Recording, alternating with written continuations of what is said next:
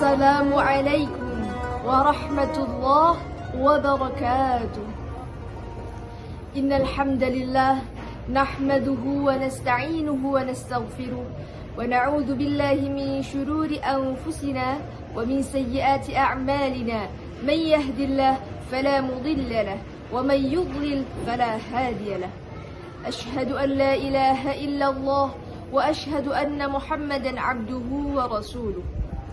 Amma ba'd.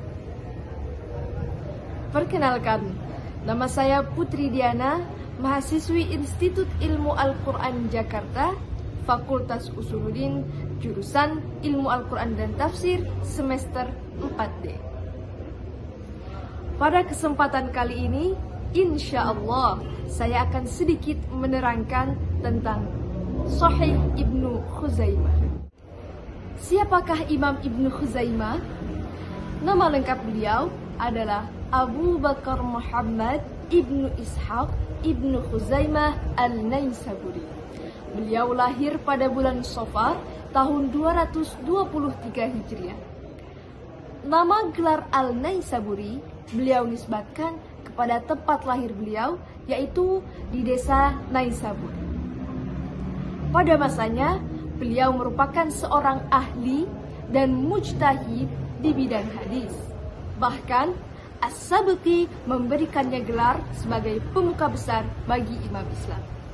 Beliau wafat pada tahun 311 Hijriah pada bulan Zulqa'dah dan beliau dimakamkan di Hajrah dekat rumahnya.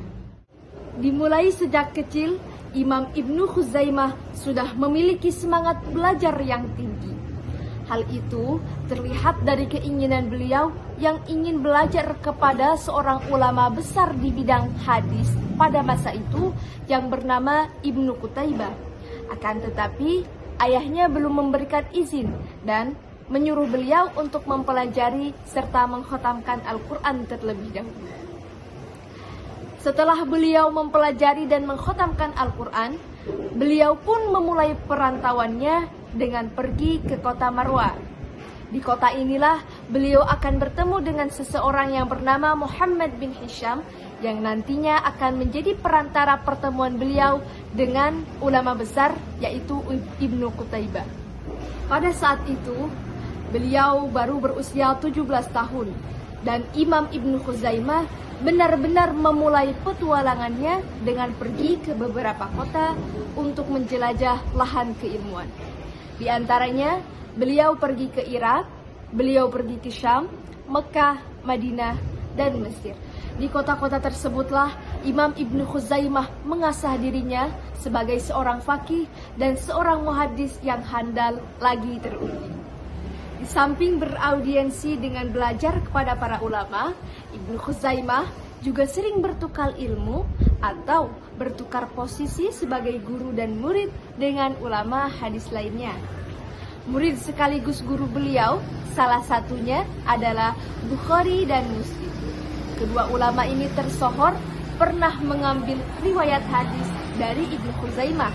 Sebaliknya juga, Ibnu Khuzaimah pernah mengambil riwayat hadis dari keduanya. Ibnu Khuzaimah merupakan seorang ulama ahli hadis yang sangat produktif. Selama masa hayatnya, beliau menghasilkan banyak karya tulis. Abu Abdul Hakim menyebutnya bahwa karya beliau mencapai 140 buah. Namun, yang jelas eksistensinya sampai sekarang hanyalah 2 kitab, yaitu Kitab At-Tauhid dan Sahih Ibnu Khuzaimah. Kitab Sahih Ibnu Khuzaimah, jika dilihat dari kacamata sistematika penulisannya, tergolong ke dalam kitab-kitab sunan. Apa itu kitab sunan? Kitab sunan adalah kitab-kitab yang berisi tentang fikih. Namun, Ibnu Khuzaimah termasuk salah seorang penulis yang memastikan iltazama sahibuhu, yaitu hadis-hadis yang tercantum dalam kitabnya merupakan hadis-hadis sahih. Jumlah keseluruhan hadis yang tercantum dalam kitab Sahih Ibnu Khuzaimah adalah 3079 hadis. Hadis-hadis tersebut tercantum sesuai sistematika penulisan kitab, tema besar, dan subtema. Seluruh hadisnya adalah hadis-hadis yang membahas persoalan tentang ibadah saja. seperti bersuci, sholat, zakat, puasa, dan ibadah haji. Adapun materi muamalah dan munakahah tidak menjadi materi pembahasan dalam kitab Sahih Ibnu Khuzaimah ini. Contoh hadis dalam kitab Sahih Ibnu Khuzaimah. Sahih Ibnu Khuzaimah nomor 13, Tana Ali ibn al-Husain ad-Dirhami bi khabarin gharibin qala haddathana Mu'tamirun an Sufyan al-Thawri an Muharib bin al-Dithar an Ibn Budaidah عن أبيه قال كان رسول الله صلى الله عليه وسلم يتوضأ لكل صلاة إلا يوم فتح مكة فإنه شغل فجمع بين الظهر والعصر بوضوء واحد. Metode penulisan yang digunakan dalam kitab Sahih Ibnu Khuzaimah ini adalah metode imla.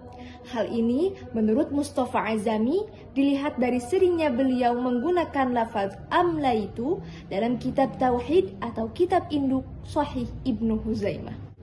Meskipun Ibnu Khuzaimah tidak secara eksplisit mencantumkan kesahihan hadis dalam kitabnya, tetapi penekanan beliau sangatlah jelas dalam ittisalus sanad dan al-adl.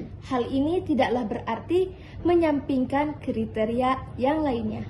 Namun, satu hal yang perlu dicatat adalah meskipun kitab Sahih Ibnu Khuzaimah ini berlabel sahih, tetapi kitab ini tidak termasuk dalam kutubus sittah.